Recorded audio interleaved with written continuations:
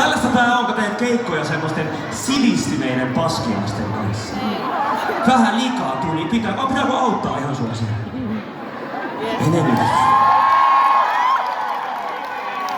Tajut sä äijät, mä oon Jumalalta Vantaalta. Me ei tunneta käsitettä niinku vittu hygienia, saatana. Sanois mä tuo, en mä sanonut. Hei, mulla on täällä alla jotain vitu erikoista.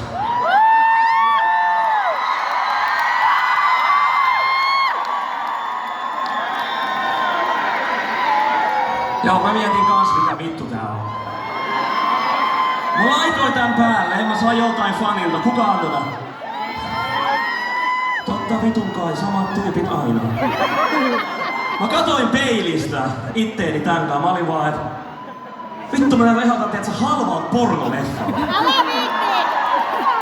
Saksalaiset vittu. Jäävät diga, mitä vittua, mutta nyt tää on mun päällä. Ja mä laitoin tän niin vittun kireelle, ettei henkikään kunnossa. Mun on pakko avata tätä oikeesti, sattuu jo keuhkoihin. Onks ihan ok? Mut mä sentään puin tän päälle. Mä löysennän tätä.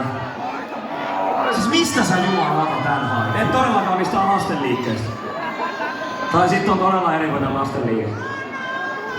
Turusta tällaisiksi.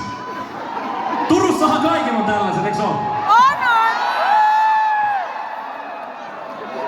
Mikä sulla? Kyllä, sulla ei sulla nauta vittu, sä oot alasti siinä saatana. Älä näytä. Mä saan vielä joku syytteen. Okei, sä oot täysikäinen. Eli näytä vaan. Ei. Mahtavaa, onko kaikki täysikäisiä täällä?